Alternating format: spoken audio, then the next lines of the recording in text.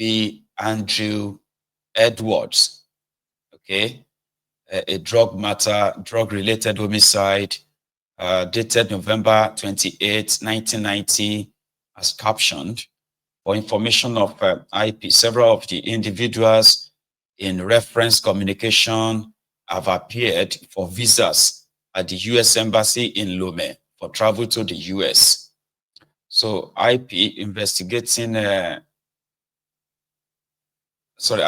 will expeditiously advise intelligence research of the DIU if the subjects and the companies are definitely tied to drug smuggling and or captioned case. So look at this, right? Now, I'm going to scroll it down to where it is readable, okay? So Department of Justice, Federal Bureau of Investigation, communication message from, again, these are just like the intro, okay? Intro to what you are still going to see, right? Again, let's keep going. See? Okay, let me see if I can read this out. It's captioned, investigation was initiated by Indianapolis FBI during March 1991. It was approved as an, what's this, OCDETF matter on July 31, 1990. Initially, this investigation focused on the heroin trafficking activities of subject Lee Andrew Edwards during the period August 16, 1990 through October 14, 1990. Okay, so on, like that. It's supposed to be documented, okay? So give me a sec. I think this is the redacted one. Hang on, no. This is the redacted one. This one was like the one they released. Yeah, you see all those places where you are seeing blank, blank, blank. They are filled with Tinubu's name. So this is the one they released last year. Okay, let's go to the ones that they didn't redact. See, this is why it is not readable. You see, they are removing the names of Tinubu. This is the one they released last year. We'll come back to this. All right.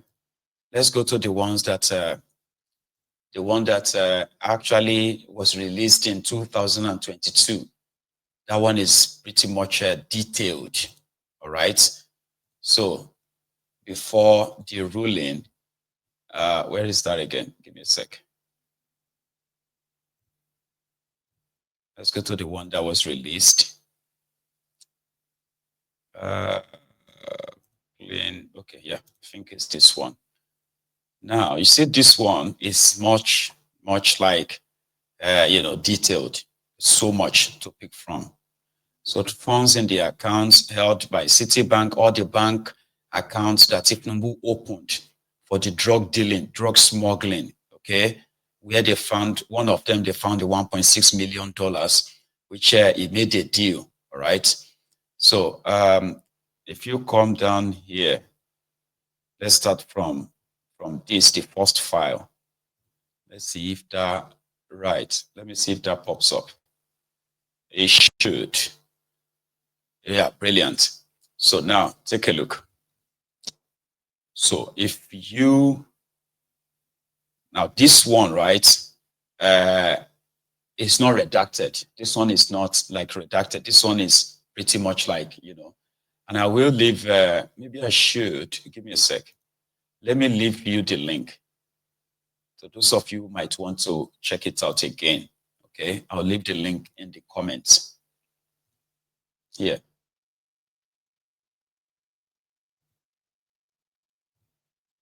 Now this. So in the docket, where is that again? So this is a verified complaint for forfeiture. This was supposed to be, the forfeiture process of the proceed of heroin trafficking, which Tinubu and his gang referred to as Tinubu not paying taxes, IRS, this, no, it's not IRS. This is the drug forfeiture case, which document is now public, has been public for over 2 years now. So the court has venue in this matter pursuant to USC 1355 because criminal activity giving rise to the forfeiture action occurred in this district. This complaint is verified by the affidavit of Special Agent Kevin Moss, which is attached here to and incorporated by reference in this complaint. As is stated more fully in the attached affidavit, beginning as early as 1988, Adegboyega Muiz Akonde, with others, operated an organization which distributed white heroin, a controlled substance, under Title 21 of the United States Code. As is stated more fully in the attached affidavit, this distribution operation was conducted in a large scale, and the proceeds of the operation were substantial. The defendant funds represent proceeds of this operation or property involved in money laundering. By reason of facts set forth above and in the attached affidavit, there is probable cause to believe that the defendant funds represent proceeds of narcotic trafficking and further represent property involved in money laundering in violation of 18 USC 1956 and 1957. The defendant funds are therefore forfeitable to the United States pursuant to 21 USC 881 and 18 USC 981. So, wherefore, the United States requests that the defendant funds be proceeded against for forfeiture, condemnation, the warrants of seizure, monition issue, and that due notice be given to all interested parties to appear and show cause why forfeiture should not be decreed. The court adjudged the decree that the defendant funds be forfeited to the United States and that defendant funds be disposed to according to law. So this was the forfeiture that they are telling you that it was IRS, that it wasn't for drug, it was for drug. Here is the second one. This is where the investigation for homicide, people got killed as well by these drug dealers, Tinubu and his gang. Okay, so here is what I believe. One sec. So United States District Court, Northern District of Illinois. Okay, name of assigned judge, sitting judge if further than assigned judge, United States of America versus funds in account number. Here you get. So going further, this was on the 2nd of July, no, sorry, on the 20th of July, 1993. Okay, forfeiture order. Now, here is another part of that document, number 3. 1993, right? Here, if you take a look at this, you look at United States of America, it's plaintiff, funds in account number 263226-700, held by First Heritage Bank in the name of Bola Tinubu. Funds in accounts 094-83134, 3948-3396, 465027 in the name of Bola Tinubu or Compass Finance and Investment Co. Funds in account 52050 8945 1952, held by Citibank International in the name of Bola Tinubu, defendant. The United States of America by statutory, Michael J. Shepard, United States Attorney for Northern District of Illinois, requests that the court review the verified complaint filed herein, a copy of which is submitted herewith, and make a finding of probable cause and issue an order relating to execution of the seizure and service of the warrant of seizure, admonition, and in support states. This is an sorry, this is an in rem forfeiture costs brought pursuant to 21 USC 881 and 18 USC 981, which provides for the forfeiture of property representing proceeds of drug trafficking and property involved in money laundering. A verified complaint and affidavit alleged that the property bought to be seized in this case is subject to forfeiture under this provision. 2. Although Rule C3 of the Admiralty Rules, which governs this in rem castle, explicitly provides that judicial review prior to issuance of warrant of seizure is not required. A number of courts have held that a prior determination of probable cause is necessary before real property can be seized. So, e.g., United States versus 124 East North Avenue, Lake Forest, Illinois. So, when we say Tinubu is a drug dealer and the money forfeited in America, right, is the proceeds of heroin trafficking. It is not a defamation. It is not an attempt to spoil a name. He no gets name. He's a criminal. He's a drug dealer. So when you say this, and some people are saying that it's because it's been a long time, okay? So it's no longer an issue. Even if it is 100 years ago, our children must not grow up to what? To read the story of a drug dealer as a role model. This is why this is so important, okay? Very, very important. The reason today that even though we screamed and screamed and screamed before this criminal forced himself on you in Nigeria, okay? Today, many reasonable people, many reasonable countries, or investors are not interested in Nigeria. Nobody wants to do business with a drug dealer. Nobody wants to do a business with a country led by a drug baron, heroin trafficker.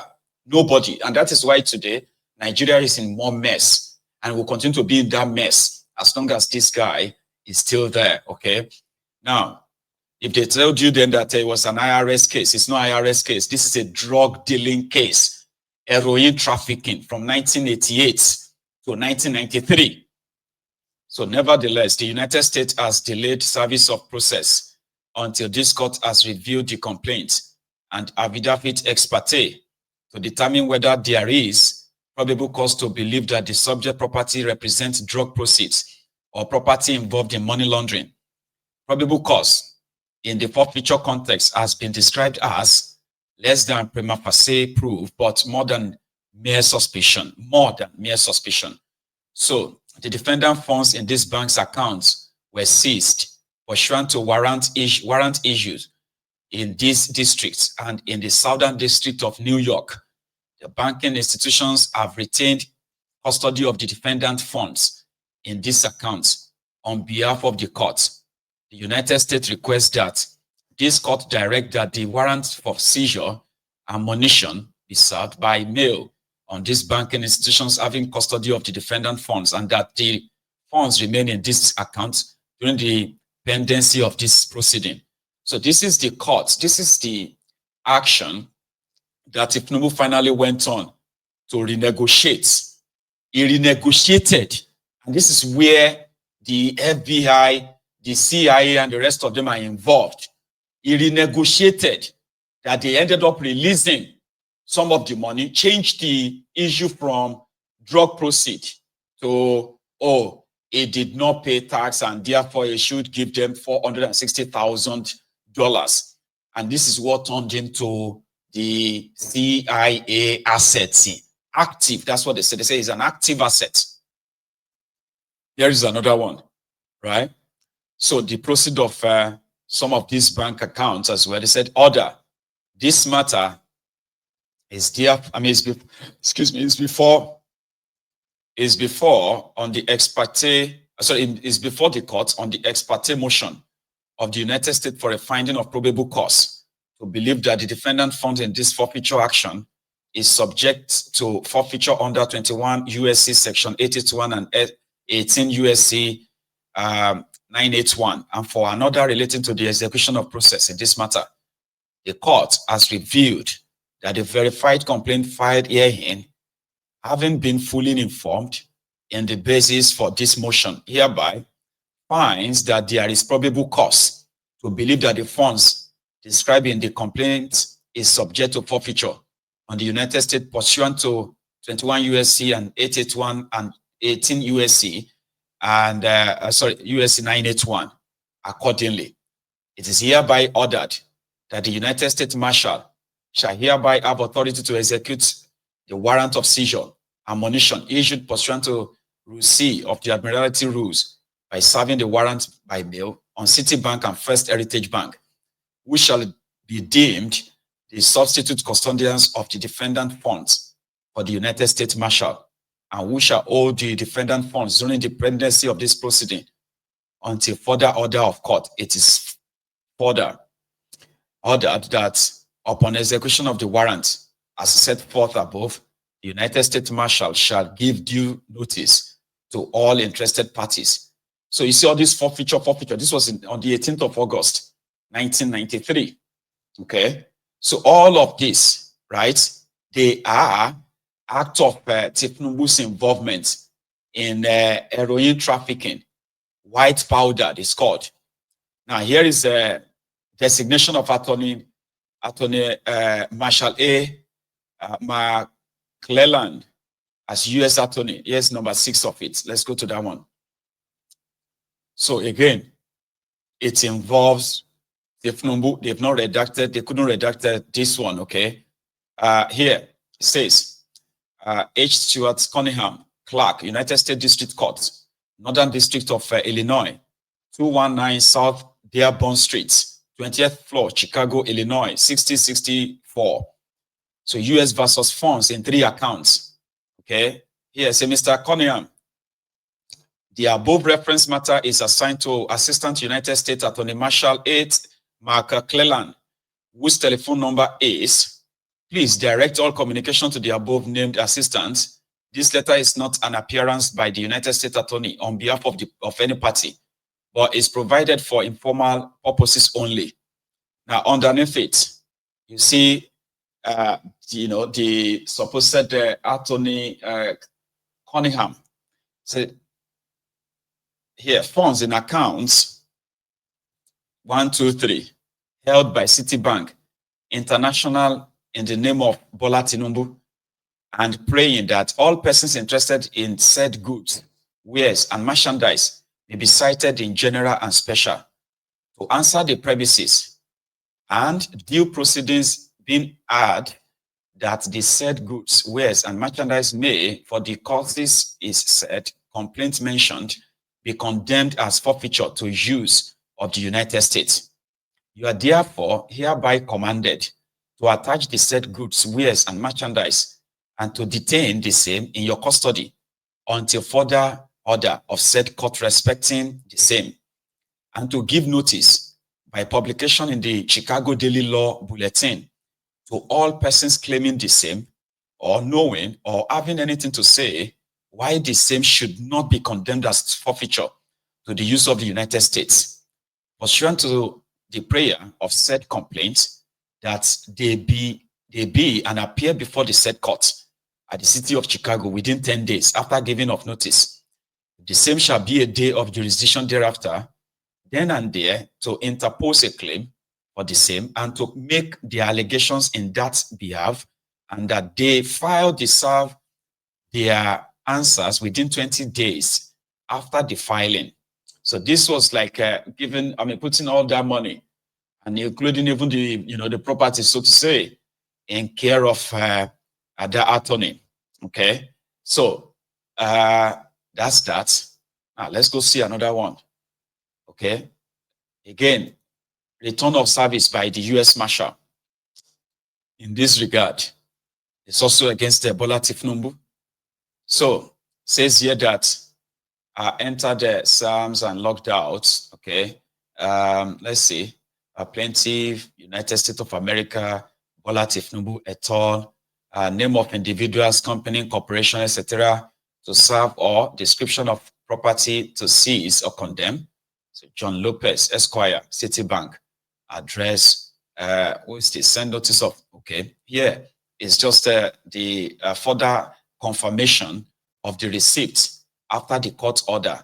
the receipt of the forfeited properties, in this case, money, proceed of heroin trafficking that Tinubu and his gang. So I'm giving you the backstory, the background of how Tinubu ended up being the asset of the CIA, which I am also going to show to you why they are fighting the appeal. Currently, they are fighting the appeal that